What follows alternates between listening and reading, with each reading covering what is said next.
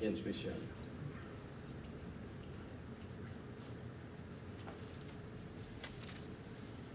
Simac, c'était un monsieur charmant qui était journaliste. Mais il écrivait ses romans de science-fiction, des nouvelles, par délassement, en plus de son travail de journaliste. Ce n'était pas son activité principale, alors que d'autres, c'était vraiment leur gagne-pain. Et Philippe Dick, lui, il m'a dit que les extraterrestres plaçaient ses doigts sur les touches de la machine à écrire à sa place.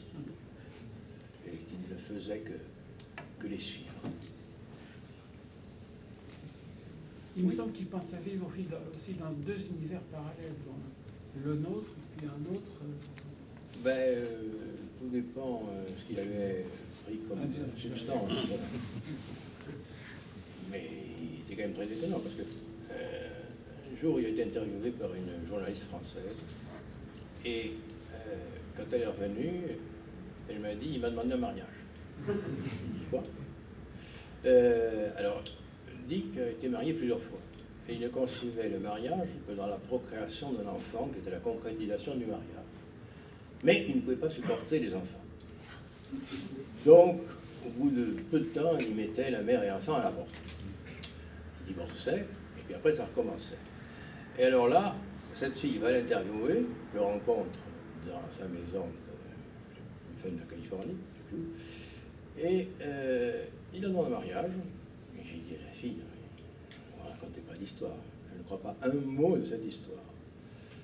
Et elle a eu l'indiscrétion de m'apporter une lettre de Dick à elle, qui commençait par la phrase « Depuis que je vous connais, tout est plus beau, tout est plus pur ». Enfin, une lettre d'un gamin de 15 ans écrite à une fille du même âge.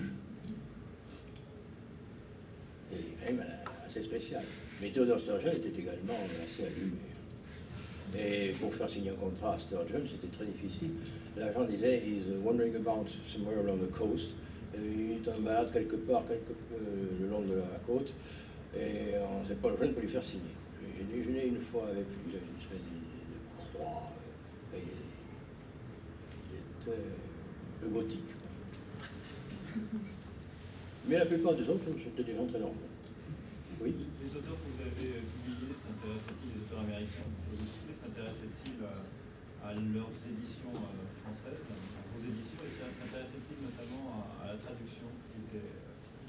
Alors oui, pour la première question, non pour la seconde. Oui, ils s'intéressaient aux éditions françaises.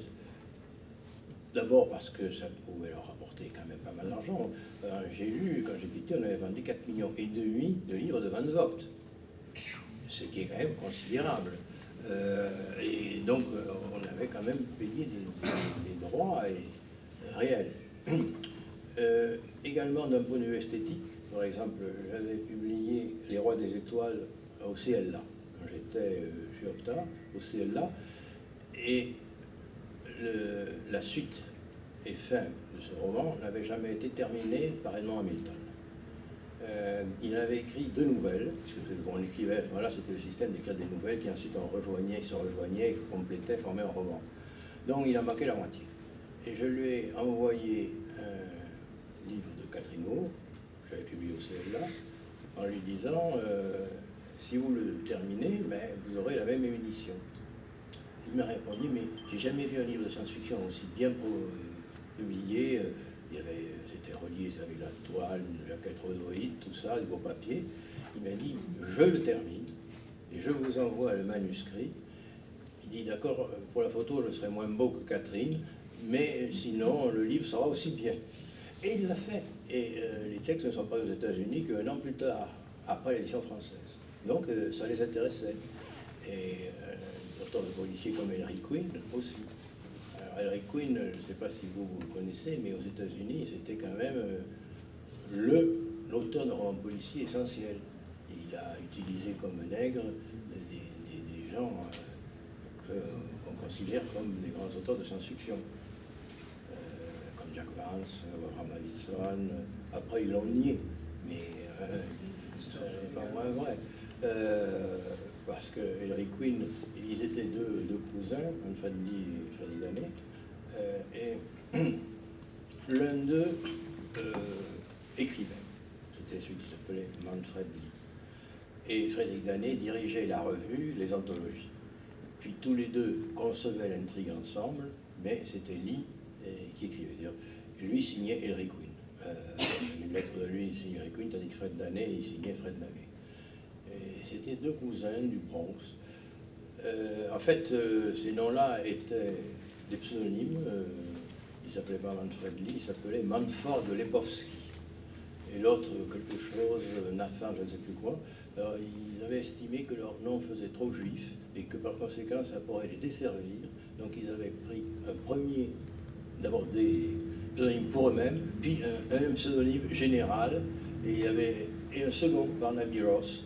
Et après, ils faisaient des tournées aux États-Unis, des conférences, et Barnaby Ross, joué par l'un d'eux, mettait au défi Elric Quinn de résoudre une énigme qu'ils avaient évidemment bien arrangée ensemble. Et ça a duré pendant 3 ou 4 ans, cette supercherie. Mais c'était des auteurs très, très considérables par rapport aux auteurs de SF.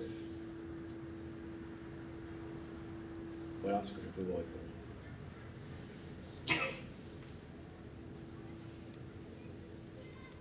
Oui.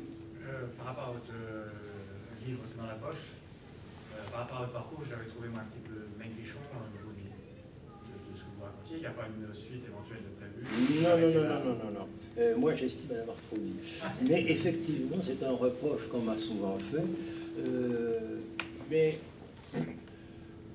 j'ai voulu qu'il y ait le moins d'anecdotes possible si elles n'étaient pas signifiantes.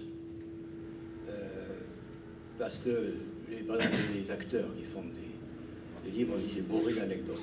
Et ces anecdotes, bon, c'est drôle sur le champ, mais c'est tout. Il y a vraiment d'anecdotes que pour Barbara Cartland, qui jouait la grande dame, qui disait qu'elle était la seule femme chez elle, et la secrétaire et la femme de chambre, donc c'était des hits, des ça. Bon, ça c'est quand même assez étonnant, mais j'ai voulu éviter les anecdotes, et bon, je pense que j'en ai déjà dit suffisamment. Et il y a d'ailleurs une private joke sur ma vie familiale. Je dis que j'ai épousé une jeune fille, Rosette, qui est là, et que j'ai une fille, Barbara. Et une fois que j'ai dit ça, j'ai dit « mais je me suis déjà trop livré ». Ouais. Eh bien, c'est une citation du jeu de la vérité du chanteur, vous savez, qui a brûlé les billets de 1000 francs, Gainsbourg. C'est lui qui, dans cette émission, n'avait pas dit un seul mot, et à la fin, on lui demande, enfin, répond, il dit, je me suis déjà trop livré, il n'y a rien de plus. Donc c'est une private joke, mais en fait, il fallait avoir vu l'émission pour pouvoir le reconnaître.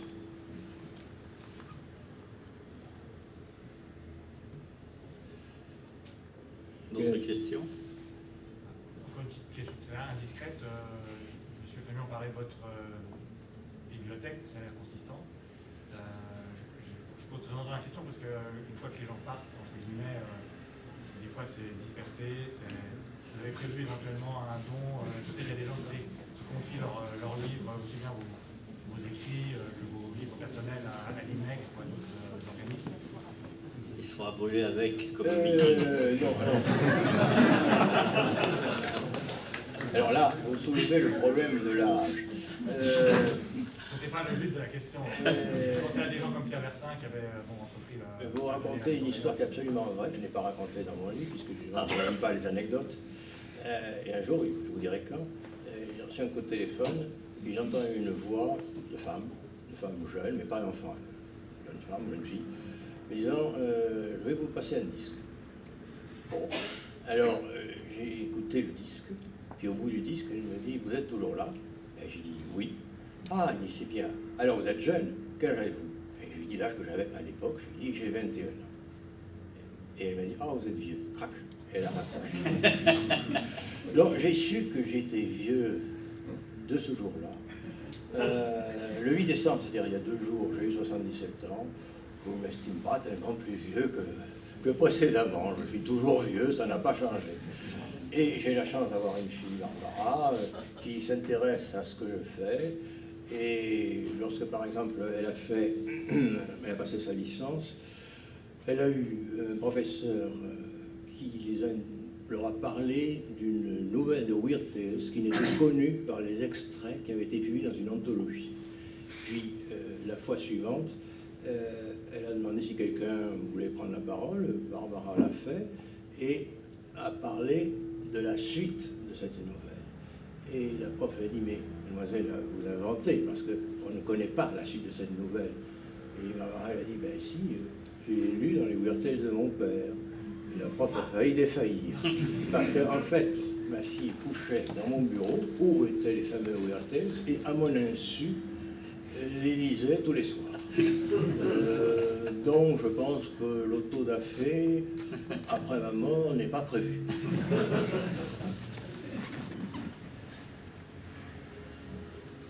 Vous avez publié énormément d'auteurs américains.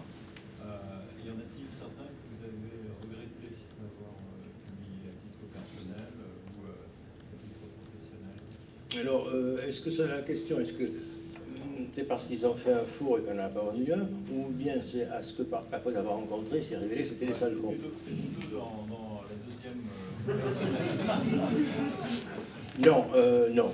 Il y a des gens avec qui je ne me suis pas entendu. Par exemple, je ne me suis jamais entendu avec Harlan Ellison, mais ça date de notre première rencontre qui a eu lieu justement en 69 à Rio. J'étais avec un Français dans l'ascenseur, où on était invité, donc, et il y avait le petit jeune homme, très petit Harlan Ellison, et qui nous a observé, et bon, le traduit, il a dit, je ne sais pas ce que vous dites, messieurs, mais ça sonne abominablement français. Il était ultra agressif. Puis après, j'ai pris en photo, ma femme n'était pas là, alors j'ai pu le faire, une très jolie fille nageant dans la piscine du Copacabana Palace. Arrive Harlan, dit à la fille, hé, connasse, c'est pas un journaliste, c'est juste un minable de la science-fiction. Voilà quel était le genre du personnage. Donc on ne s'est jamais bien entendu. Quelqu'un qui me l'a rapporté, il a dit Sadoul est un bon éditeur, mais je ne l'aime pas. Mais ça n'a pas empêché d'éditer les Dangerous Vision, ça, pas du tout. Il y a des gens qui sont plus ou moins sympathiques. Lois McMaster Bujold, par exemple, je n'étais pas sympathique. Elle était très froide, alors que Connie Willis était très sympathique. Ce sont des choses comme ça, mais non, la réponse est... Et Philippe Cadic, hormis le fait qu'il était totalement illuminé, est-ce que c'était quelqu'un de sympathique? Sympathique, oui, bien sûr, oui. Celui qui était un peu imbu de lui-même, c'était Isaac Asimov, qui avait sa cour autour de lui. Là, il était un peu content de lui. Mais c'est presque le seul. La plupart des autres étaient des gens très, très simples, très gentils. Parler de son œuvre avant de Vogt était très difficile parce qu'il ne acceptait de parler que du livre en cours. C'est comme s'il avait oublié tout ce qu'il y avait eu précédemment. Ils avaient écrit, moi Ça, certainement. Je vais parler de la phrase qui termine, je ne sais plus, c'est les fabricants d'armes, je crois. Et voici la race qui gouvernera le Sévagramme. Il m'a dit, j'ai écrit ça, moi. Et à l'époque, il n'avait pas la manuel Alzheimer, il l'a eu plus tard. Donc, et Heinlein, s'il vous plaît. Pardon? Heinlein. Heinlein, le grand bourgeois classique, distant, froid. Dans les lettres qu'on a échangées, il ne m'a jamais écrit lui-même, c'est sa femme qui s'en charge.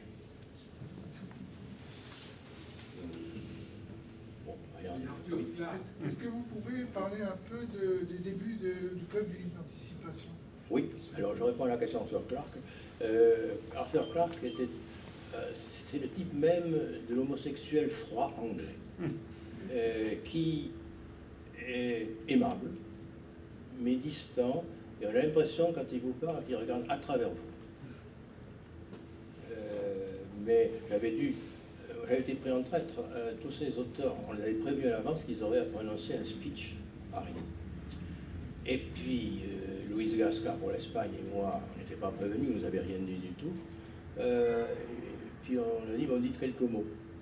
Donc j'ai été absolument minable, mais totalement minable. Et Arthur Clarke m'a dit, Jacques, votre français est incorrect, mais votre anglais est incorrect, mais parfaitement compréhensible. C'est quand même un encouragement. Mais il s'occupait surtout de cinéma. Lui, on n'avait rien préparé. Lui, on avait dû préparer un truc qu'il n'avait rien préparé. Et il a parlé des rapports avec Kubrick et de son film.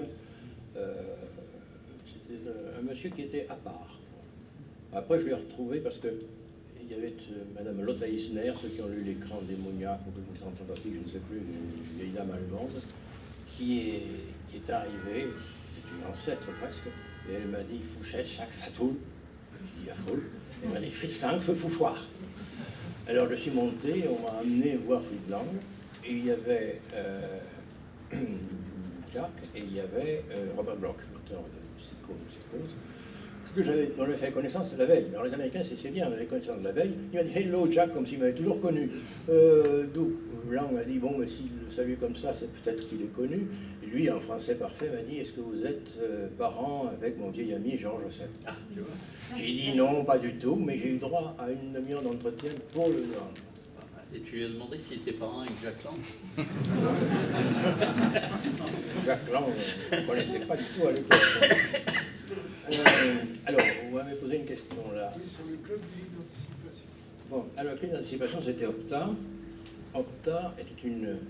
Oh, ça veut dire Opta, Office de publicité technique et artistique. Et c'est une boîte de publicité. Il se trouve que Maurice Renaud, le patron, connaissait personnellement l'un des Elric Quinn, Frédéric Danet, au point qu'il y a eu, vous savez, comme les échanges d'étudiants, là, la fille de l'un allait chez l'autre, et ainsi de suite.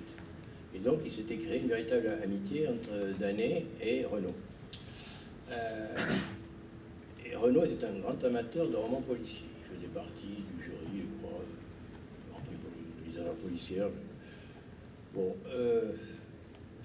il a décidé de tenter des livres reliés, chers, le club des livres policiers. Bon, ça a marché, parce qu'il a débuté avec les Arsène Lupin. Et qu'à ce moment-là, on trouvait les Arsène Lupin nulle part. Et d'où ensuite, à raison de 2 volumes par an, il a publié toute une série de romans policiers, 2 par tome, enfin un tome avec 2 romans, et très bien présentés, luxueusement, par souscription, vendus sur Vista Magazine et Hitchcock Magazine. Et lorsque je suis entré à la maison, je lui ai dit, alors je suis entré pour m'occuper de Mystère Magazine. Je lui ai dit, mais pourquoi vous ne faites pas la même chose pour la science-fiction? Même réponse, la science-fiction c'est invendable, il n'y en a pas question. Bon, et il y avait Alain de Remieux qui était déjà là, qui m'a dit, c'est pas la peine, je lui ai déjà posé la question, il ne veut pas, il ne voudra jamais. Bon. Moi j'ai insisté. J'ai insisté au point qu'il m'a dit, vous me cassez les pieds, faites un essai. Alors, j'ai acheté Fondation, parce que le Fondation, le premier était connu et pas les 2 suites. Et Renaud m'a dit, les livres policiers sont tirés à 4000 exemplaires, là on va seulement tirer à 3000, parce que de toute façon on n'en vendra pas un. Donc on l'a mis en souscription dans Fiction, je ne sais pas si c'est Galaxy, on ne me rappelle plus, dans Mystère Magazine, dans Hitchcock, partout. Et en plus, l'imprimeur, qui normalement a droit à la passe, qui est généralement la passe, c'est-à-dire en plus, là, il n'a atterri que 2800 au lieu de 3000. Avant même que le livre paraisse, ils étaient tous vendus. Et j'ai vu ce livre à des prix exorbitants sur eBay ou ainsi de suite. Là, et alors il était mal présenté, au lieu de la toile, c'était un carton avec une espèce de comète jaunâtre très vilaine, pas de jaquette rhodoïde, etc. Bon, quand Renaud a vu ça, il m'a dit, ah ben oui, ça a marché, alors continuez, mais il faut que Alain de Remieux paraisse comme co-directeur de la collection, parce qu'il est connu des lecteurs de fiction. Il faut savoir qu'il s'entendait très mal avec de Remieux, et moi pas bien. Donc, j'ai fait la liste des livres qui me paraissaient nécessaires de mettre là-dedans. Doremi a fait la sienne. Et puis nous avons fait un référendum auprès des lecteurs, parce qu'il s'est passé plusieurs mois entre le premier et le second. Et il s'est trouvé que le référendum des lecteurs était très proche, pour un titre, de ma liste. Donc c'est ma liste qui est passée. Et Doremi a dit, ça prouve bien que vous avez mauvais goût, vous avez les goûts. Voilà, et puis ensuite, je suis parti, c'est Doremi avec 2 buts qui ont continué. Puis quand Doremi a été vidé, je dirais, c'est Bergier qui, à la fin, a fait une encore d'autres, et puis ensuite je crois Daniel Walter à la fin. Voilà.